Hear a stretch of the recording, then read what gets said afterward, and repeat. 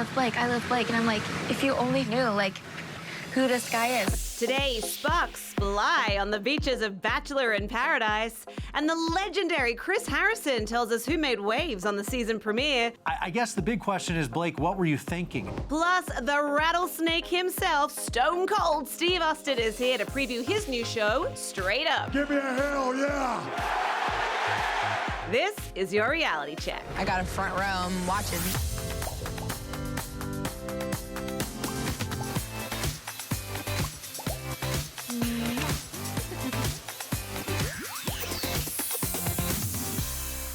It is Tuesday, everybody. How y'all doing? I am Lyndsey Rodrigues. Welcome to Reality Check. Joining me today is People.com writer and reporter and one of our very good friends, Dave Quinn. Hey, how's hello, it handsome. going? I'm great. How are you? I am so great and happy to be here. Happy Tuesday. Yeah, thank you. And to you too, it's Taco Tuesday. Everything is good in Quinn's world? Everything is good. We have major scoops to talk about. Are We gonna sure do. Dive in. I can't wait to chat We about are going to dive in, but first I've got to tell you guys that later in the show I will be sitting down with Stone Cold Steve Austin, and we're going to reveal my interview with Chris Harrison, breaking down last night's steamy episode of Bachelor in Paradise. It was a premiere last night, and guys, it was good. All right, so Dave, you know how these things go, and as you said, there's a lot to cover, so let's kick off our top 5. So at number 5, Southern Charm Shep Rose is in hot water. The Bravo reality star angered many of his fans yesterday after he recorded himself mocking a woman on the streets of New York City for collecting cans. When confronted by his followers, Shep refused to apologize for his behavior, leading fans to express their disgust for him. In the video, the reality star can be heard yelling at the woman, "Look at me, nice cans. I mean, the cans you have." He jeered at the woman, who made it very clear that she was not interested in being filmed, and fans began tagging Bravo and Andy Cohen, calling for Andy to get him off TV, to which Shep responded, "Always get a chuckle when people try to send me to the principal's office." Now, the post has been removed since, Dave, but can you tell us any more about this story? No, I mean, we've went out to Shep to see if he had any comment about it. He has not responded. Bravo has not responded. I think this is a good example of you need to really check your privilege at the door. I think that he grew up in an environment maybe where he hasn't seen people in the streets of New York City who are really struggling out there. Yeah. And it seems like a bit of a misstep. If I was counseling Shep, I would tell him to really open and broaden his horizons a little more. Right. Is there anything he can do on the damage control front? Well, I think a good apology would really go a long way in this case here, but it seems that he was just trying to have a little fun, and I think in his mind he doesn't necessarily see what's wrong with that. But Right. as many fans mentioned online, there's a lot of problems with mocking the homeless. So Right. I hope that he kind of figures out the right way to go about working through this. And making amends. Yeah. Absolutely. Well, at number 4, Miranda Lambert is standing up for her man in a very funny way. Now, on Sunday, the country music star posted videos enjoying an outdoor cookout with her husband, Brendan McLaughlin, complete with buttermilk fried chicken. Girl, where was my invite? She quoted lyrics from her single, Locomotive. "I'm sweet tea sipping on the front porch, sitting while my hubby fries chicken, and I'm picking these strings." I didn't sing it because I like you and I have a terrible voice, and I would not do that to you. So then an internet troll, because they just exist everywhere, commented on the post saying "won't last" in reference to her marriage. They got married very quickly. He's actually a cop here in New York City, Yeah. I believe. And Lambert jokingly replied, "Sure won't," pretending they were talking about the fried chicken. Miranda, good for you. She said, "I'm going to eat every piece of it. I can't waste chicken. A girl after my own heart." This is such a great comeback. What do you make of all of this? Why can't people just let people be happy? Well, I think everybody online wants to let their opinions be known, and I don't think that people often realize there's a real person on the other end of it. And Yes. Miranda's really honest about how she feels and what she's going through online, so she is somebody who's going to clap back. But, you know, this relationship has been really fast in a lot of people's eyes, and Yes. she's gotten a lot of criticism about it, so I'm glad that she's staying strong. He seems like a great guy. He's very cute. New York's finest. Yes, of course. Right? Who doesn't love a police officer? I know. Well, a I hope protector? yeah, and I hope that I hope that they prove everyone wrong, and in 50 years are celebrating their 50th wedding anniversary with fried chicken. Yeah. At number 3, Gretchen Rossi is getting real about leaving her daughter for the first time. The former Real Housewives of Orange County star opened up in an Instagram post where she admitted to experiencing so much anxiety over leaving her baby girl for the first time while she attended a work event. Though Gretchen knew her daughter was in good hands with the grandparents, the new mum couldn't help but think about her little one, and she said, "I'm not going to lie, I couldn't stop thinking about her and missed her so much. That is a cute baby. Gretchen Rossi and Slade Smiley welcomed their daughter Skylar Grey in early July. Now that she's a mum, do we want to see her back on The Housewives? I would love to see her back on the Real want to see that Housewives. baby on The Housewives. I know, and I think it's a new side of Gretchen that we haven't seen before, this like loving mom. But I totally understand what she's going through. I don't have a baby, I have a dog. You have a dog, yeah. And I'm the person who has cameras set up so he can watch his dog sleep in his apartment all day long. So yes. I would be equally freaked out if I left my baby for the first time. And I kind of like that new mum feeling, and where you just are like, oh God, like what if something goes wrong? And like, you just want to be with them all the time. I mean, I'm not a mum, but for some reason I can relate, mainly because that baby is so cute. Gretchen, I'm coming for you, baby. Just be careful. I'm really excited. This new chapter in her life is so great. It's it's good for Gretchen. Great name too, Skylar Grey. Yes. Oh yeah, approve. At number 2, Tom Brady knows firsthand that kids march to the beats of their own drums. In his cover story for Men's Health, the quarterback opened up about how all 3 of his children are different from each other. He mentioned that because his older son, Jack, with Bridget Moynahan, loves sports, he assumed that Benjamin would be just like Jack. But his younger son wasn't actually interested in sports. He says, Giselle kept saying to me, would you effing understand that your son is different? And he admitted that it was hard for him, saying he thought he's a boy, he should do all these things that I do. He went on to say, the reality is that Benny just likes different things, and it's great because now I just have to do what he wants to do, and we have the best time. Now, Dave, if you had a child and they did not like Housewives, how pissed would you be? I would be furious. No, I wouldn't at all. I think this is a great example of somebody really understanding that gender norms that we kind of have in our country are not necessarily something that you need to prescribe to. Yeah, absolutely. I love that his son isn't like into sports, and I like that he's open about the fact that that was something he actually struggled with, because it helps other people out there recognize that this is something that they too may have, a preconceived notion about, and they could be open about. Totally. He's been really good about doing that. I think he's really open about his mental health issues as well. So I'm bravo to Tom Brady for doing I think he's been a good advocate. And look, kids are allowed to be different from their parents, but having said that, to my future child, if you don't like Harry Potter, you're out. Well, that's crazy. You're out. That's nuts. And at number 1, Brandon Jenner is going to be a papa once again. The 38-year-old musician and his girlfriend, Kaylee Stoker, are expecting twins early next year. The couple exclusively tells people we are near the end of the first trimester. We're madly in love, and we're already very excited about this. They're not the only ones excited about their soon-to-be bundles of joy. Brandon tells people our families are thrilled. It's wonderful news.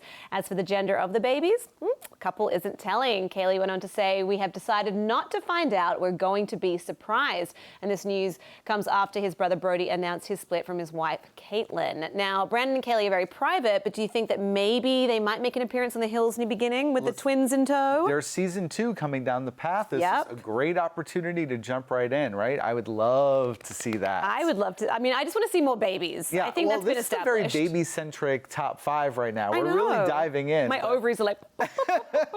Also, would you be able to go 9 months without knowing the gender of your kids? Well, I think it would be hard, but I love that surprise. I think it's super fun. There's this amazing moment. I remember when my brother had it. Women get to kind of get the brunt of everybody fawning over them during a pregnancy, but my brother had that opportunity to come out there in the waiting room and tell us all the sex of the baby, and we were all freaking out. Aww. So it's a cool moment for a dad to have. Yeah, that's very special. I'm behind it. Wait. Let it be a surprise. Let it be a surprise. Well, you know what's not a surprise? How amazing you are. As per usual, Dave, thank you so much for joining us today to break down the top 5. I know that you have a ton of stuff to do upstairs. Yes, so and I can't be in the same room as Stone Cold Steve Austin because... I'm sure you guys were besties backstage. Well, joining me after the break is going to be Stone Cold Steve Austin. He's going to be in the house, and we're going to be talking all things WWE and his brand new show, so don't go anywhere. We're here to crush, kill, and destroy. Let's do it. Hell yeah. Hell yeah. Hell yeah.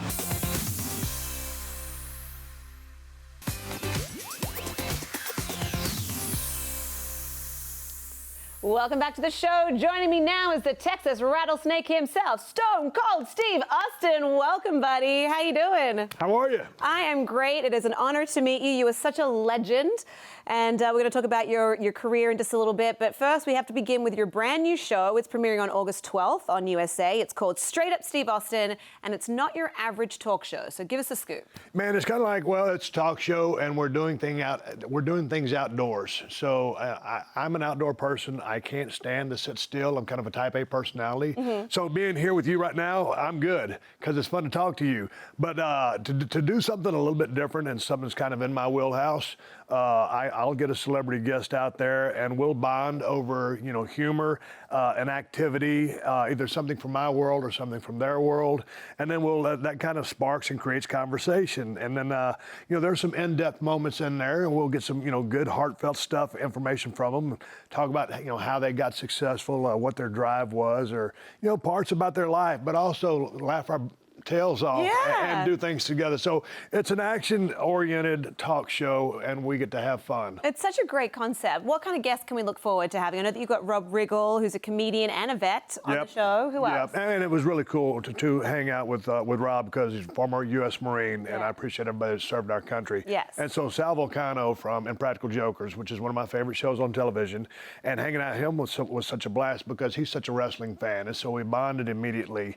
And hanging out with Dale Earnhardt Jr. because I'm a fan of racing. Gabriel Iglesias, who's been over to my house several times to do my podcast, he was hard to interview in a good way because he's so funny. I was laughing the whole time. Yeah. And Becky Lynch comes from my world, of professional wrestling, or sports entertainment as they call it today. And she is the man. And so she's a woman, and she has on this persona that is just alpha.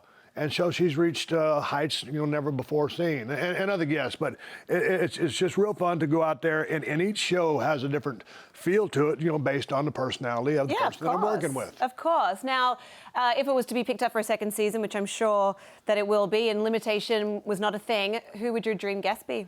Man, dream, yes. I don't want to name any names because when we tried to schedule this thing, I came out with my list of names. USA Network came out with their list of names, and then we put them all together. And then we started picking through them and going through, if they were available or they weren't available. And we tried several times to get some people. So I don't want to throw a bunch of names out there right now, but it's vast. And I really like to stay within the sporting world. I'd love to have someone again from my world, and actors and actresses and people like that.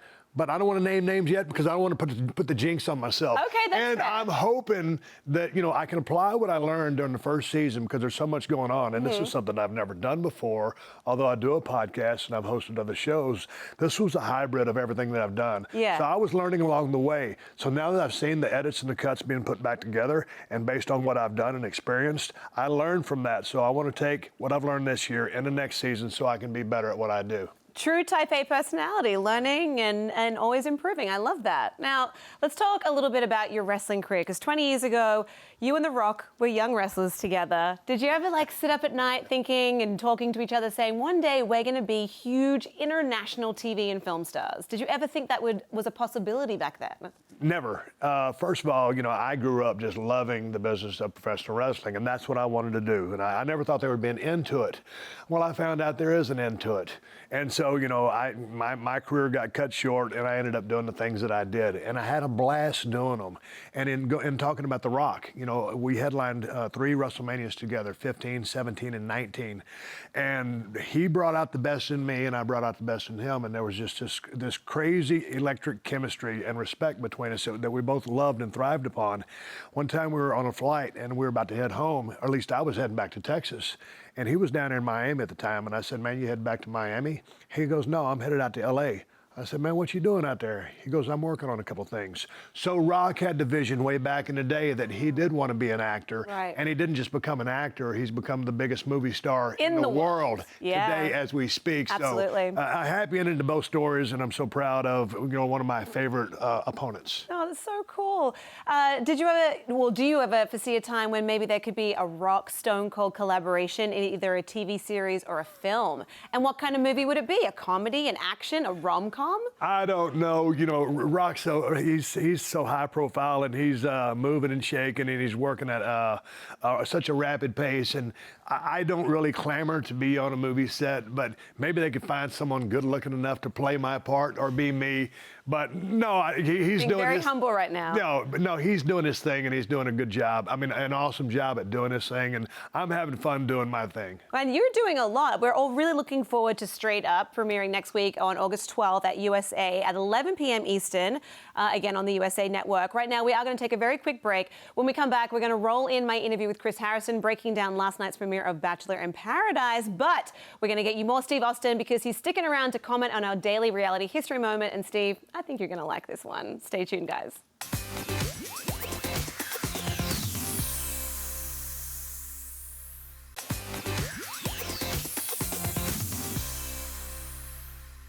Welcome back. I am here with Bachelor host extraordinaire Chris Harrison, and it is time to talk Bachelor in Paradise. Chris, thanks so much for your time today. Things got off to a hot start last night, Lyndsey, and it only gets more intense tonight. I mean, how much more intense can it get? The premiere was a lot. Let's break it down, all right? So we saw Demi open up to Hannah about a woman that she's fallen head over heels for, and then we saw her with a woman in the season promo. So can you tell us a little bit about her journey of self-discovery on Paradise? Yeah, we can dive a little bit into it. There are some things that you need to see happen before we get to that. But eventually, yes, we're going to follow Demi and kind of let her show us her relationship. And it is a same-sex relationship. And it is a beautiful story that Demi's going to be able to tell. And it is, I'm proud of it. And I love the way it organically happened and worked its way into the show. And kudos to her for letting us include that. Absolutely, yeah. But there are some things, as you saw last night, and you're going to see even more tonight, that kind of have to unfold before we can get to that point. So it'll all make sense. Okay. We also find out that Blake and Kaylin had a thing prior to the show at Stagecoach. That did not end well. And then it turned out that he also slept with Christina the night before. Then she showed up in Paradise. So messy, messy, messy. How can we expect that drama to play out? He was texting with Hannah as well, apparently. So it was like a love quadrangle going on there. Boy, Blake has definitely made a messy bed coming into Paradise. So yeah, the whole Stagecoach debacle.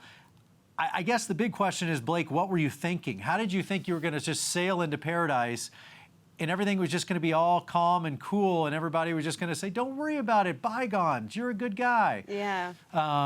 That's not what happened. And obviously it started to boil last night. It's really going to boil over tonight. I have to say, his face when he saw Christina come on the show was priceless. I was like, yes, yes. Lyndsey, he was like a little boy. He ran away. He ran into this area and was hiding behind a couch. He didn't know what to do with himself. It was so bizarre to watch. And then he finally realized, I'm either going to have to swim back to America or face the music. And face the music, I hope he does. I mean, we talked about this a little bit, about him potentially being the villain of the season, but were you surprised that Christina used that first date card on Blake, or is it part of a ploy to get revenge on him? Well, I was a little bit surprised, honestly, because when she came in, I didn't think that I knew she wanted to talk to Blake and handle this Kaylin situation because she wasn't sure who knew what as all of this happened.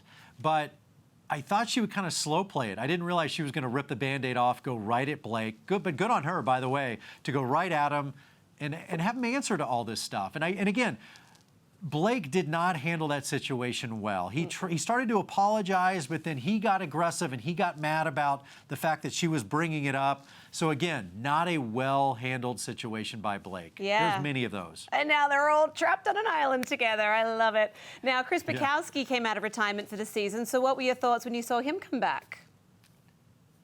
Yeah, we got him off his scooter from the retirement home, dusted him off, and we brought out Bukowski. You know, who would have thought that Bukowski would be the wise old sage on the show? And it's really funny to see, you see a guy like Blake. Well, before Blake, there was a guy named Dean. Well, before Dean, there was a guy named Bukowski. And it's funny how history repeats itself. And you would think that these guys would maybe watch the show, learn from their past, learn from history, but they don't. And here we are with Blake making the same mistakes that Dean made, the same mistakes that Bukowski made. Let's switch gears because I want to talk to you about Derek, John Paul Jones, and Blake. We see them all crying profusely in the promo. Can you give us any insight as to what that's all about? A lot of man cry. Well, you're going to see Blake break down tonight. I mean, you saw a little bit last night, but he really loses it tonight when all of his world comes crashing down. And here's the thing, Lyndsey, he really thought he was going to come into Paradise and be the popular guy. He was going to be that guy that all the women were going after. And really, if you listen to all the pre-interviews, that was going to be the case. All these women were going to go after him. But quickly they realized who he is and what he's been doing, and so his world came crashing down. As far as Derek and John Paul Jones, totally different subject, totally different breakdowns. And isn't it harsh and just horrible to see John Paul Jones cry? If there's ever a guy you don't want to see cry, it's like watching a puppy get hurt. I know, but I kind of feel the same way about Derek, because we've had him on our show before, and I just think he's one of the nicest humans I've ever met. So seeing both of them cry is like, oh, like, I hope it's like Montezuma's revenge and not that someone like broke your heart. Well, and I will say this is for Derek, and I don't want to give too much away because this obviously plays into Demi's story that you're going to see unfold in the next few weeks. But Derek is a champion, and he handled this situation that you're about to see come up in the next few weeks so well. True gentleman, and just did a really good job. So kudos to Derek. What you think of him is true. He's a good man. Well, Chris, thank you so much for chatting with us. We cannot wait to see more tonight. We cannot wait to see more of you. So thank you for being so generous with your time. Always a pleasure, Lyndsey. Thank you so much. Thank you. Go get some sleep.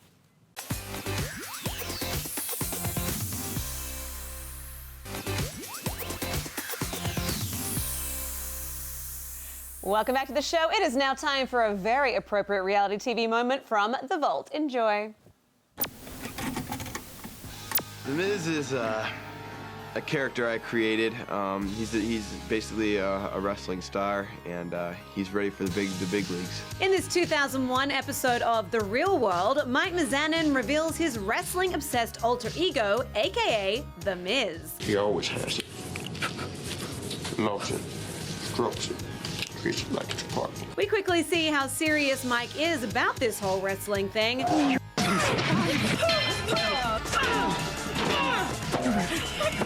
But we would never have guessed he would win the real WWE Championship belt 9 years later. The Miz is WWE Champion! Which is why the birth of The Miz is one of the greatest moments in reality history.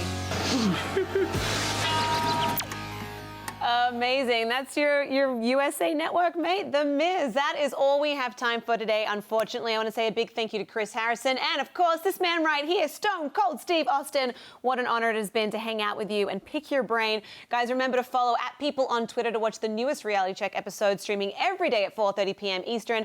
I am Lyndsey Rodrigues. And you know what, Steve? I'm going to let you take it from here. That's your reality check because Stone Cold said so.